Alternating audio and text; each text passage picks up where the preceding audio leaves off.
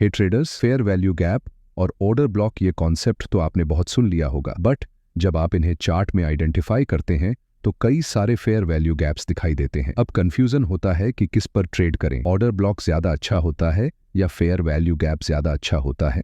तो आज हम इन दोनों पर फोकस करेंगे और इन्हें कंबाइन करके कैसे एक हाई प्रोबेबिलिटी सेटअप बना सकते हैं। चलो शुरू करते हैं। सबसे पहले समझते हैं कि एफवीजी होता क्या है। आप में से काफी लोगों को ये कॉन्सेप्ट पहले से पता होगा, लेकिन जो बिगिनर्स हैं उनके लिए मैं इसे एकदम सिंपल तरीके से समझाऊंगा। जब किसी जोन या लेवल से प्राइस बहुत तेजी से मूव करता है तो उस स्ट्रॉन्ग मूव के अंदर हमें एफवीजी दिखाई देता है। एफवीजी यानी फेयर वैल्यू गैप मुख्य रूप से 3 कैंडल से मिलकर बनता है। अब इस उदाहरण में ध्यान से समझो, ये अपर ट्रेंड का एफवीजी है। यहाँ जो पहली ग्रीन कैंडल है उसका हाई हम मार्क करेंगे, उसके बाद बीच वाली कैंडल को पूरी तरह इग्नोर करना है। फिर हमें तीसरी कैंडल का लो मार्क करना होता है और इन दोनों लेवल्स के बीच जो गैप क्रिएट होता है वही फेयर वैल्यू गैप एफवीजी कहलाता है। आसान भाषा में समझें तो मार्केट इतनी तेजी से मूव करता है कि बीच का एरिया प्रॉपर्ली ट्रेड ही नहीं हो पाता और वही इनबैलेंस एफवीजी कहलाता है। अब डाउन ट्रेंड का भी देख लेते हैं। डाउन ट्रेंड में सबसे पहले इस रेड कैंडल को देखो। ये डाउन ट्रेंड की पहली कैंडल है, इसलिए हम इसका लो मार्क करेंगे। जैसे अपर ट्रेंड में हमने पहली कैंडल का हाई मार्क किया था, वैसे ही डाउन ट्रेंड में पहली कैंडल का लो मार्क करना है। अब बीच वाली यानी दूसरी कैंडल को इग्नोर कर दो। इसके बाद तीसरी कैंडल पर ध्यान दो, हम इसका हाई मार्क करेंगे। अब पहली कैंडल के लो और तीसरी कैंडल के हाई के बीच जो खाली जगह दिख रही है वही फेयर वैल्यू गैप एफवीजी है। अगर ये पॉइंट पहली बार में समझ नहीं आया तो इस पार्ट को एक बार फिर से देख लो, क्योंकि आगे के सारे कॉन्सेप्ट इसी पर आधारित हैं। अब तक आपको एफवीजी का कॉन्सेप्ट समझ आ गया होगा, तो चलिए अब ऑर्डर ब्लॉक को भी समझ लेते हैं। सबसे पहले हम बुलिश ऑर्डर ब्लॉक यानी अपर ट्रेंड वाला ऑर्डर ब्लॉक की बात करेंगे। इसके बाद बेयरिश यानी डाउन ट्रेंड वाला ऑर्डर ब्लॉक भी समझेंगे। फिलहाल मैं आपको ऑर्डर ब्लॉक का बेसिक कॉन्सेप्ट समझा रहा हूं। वैसे एफवीजी और ऑर्डर ब्लॉक दोनों के कुछ क्राइटेरिया होते हैं जिन्हें पूरा करने पर ही उन्हें वैलिड माना जाता है, लेकिन इस वीडियो में हमारा फोकस ये समझने पर है कि एफवीजी और ऑर्डर ब्लॉक को कॉम्बिन करके ट्रेड कैसे ली जाती है। अगर आपको एफवीजी और ऑर्डर ब्लॉक पर डिटेल में अलग वीडियो चाहिए तो कमेंट करके ज़रूर बताना।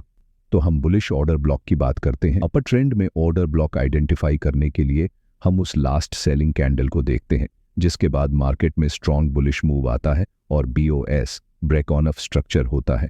बीओएस होना बहुत ज़रूरी है क्योंकि उसके बिना ऑर्डर ब्लॉक को वैलिड नहीं माना जाता। एक और महत्वपूर्ण बात, ऑर्डर ब्लॉक की कैंडल रेड हो या ग्रीन, इससे कोई फर्क नहीं पड़ता। हमें कैंडल के कलर से नहीं बल्कि उसकी पोजीशन और मार्केट स्ट्रक्चर से मतलब होता है।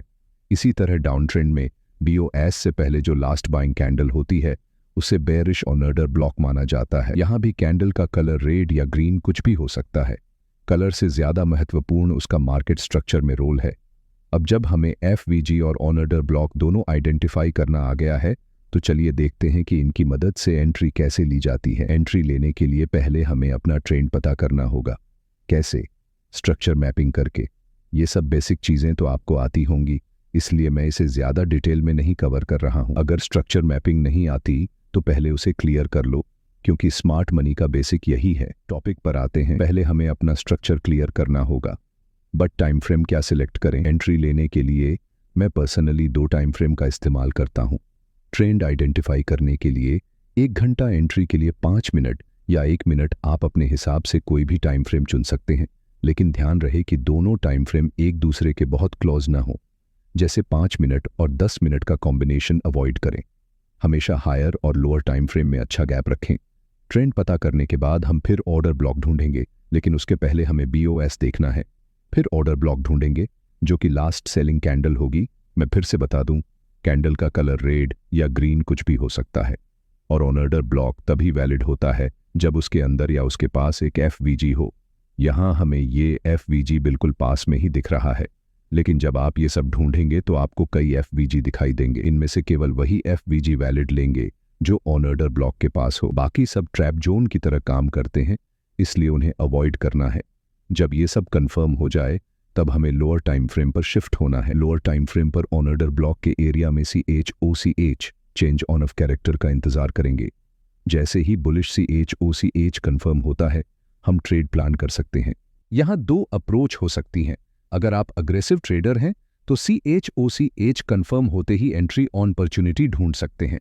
अगर आप सेफ अप्रोच फॉलो करना चाहते हैं तो CHOCH के बाद BOS का इंतजार करें, फिर नया ऑर्डर ब्लॉक आइडेंटिफाई करें और जब प्राइस उस जोन में रिट्रेस करे तब एंट्री प्लान करें। कंफर्मेशन को और मजबूत करने के लिए आप कैंडलस्टिक पैटर्न का भी इस्तेमाल कर सकते हैं। जैसे ऑर्डर ब्लॉक के एरिया में हैमर कैंडल या कोई बुलिश रिवर्सल पैटर्न बनता है तो सेटअप की प्रोबेबिलिटी और बढ़ जाती है। टारगेट के लिए आप पिछले स्विंग हाई का इस्तेमाल कर सकते हैं या फिर फिबोनाची टूल्स की मदद से अपने टारगेट्स डिफाइन कर सकते हैं। इस तरह FVG और ऑर्डर ब्लॉक को कॉम्बिन करके आप लोअर टाइम फ्रेम पर हाई प्रोबेबिलिटी ट्रेडिंग सेटअप बना सकते हैं। और अगर आपको ये जानना है कि किसी सपोर्ट, रेसिस्टेंस या ट्रेंड लाइन पर वॉल्यूम का इस्तेमाल करके बड़े बड़े टारगेट कैसे अचीव करते हैं तो कमेंट कर देना। वॉल्यूम एनालिसिस इससे भी रिलेटेड भी वीडियो चैनल पर अपलोड कर दूंगा। लेकिन अगर आपको ब्रेकर ब्लॉक नहीं पता है तो आप ये वीडियो ज़रूर चेक कर लेना। तो आज के लिए बस इतना ही। मैं आपसे उसी ब्रेकर ब्लॉक वाले वीडियो में मिलूंगा। तब तक के लिए हैप्पी ट्रेडिंग जर्नी।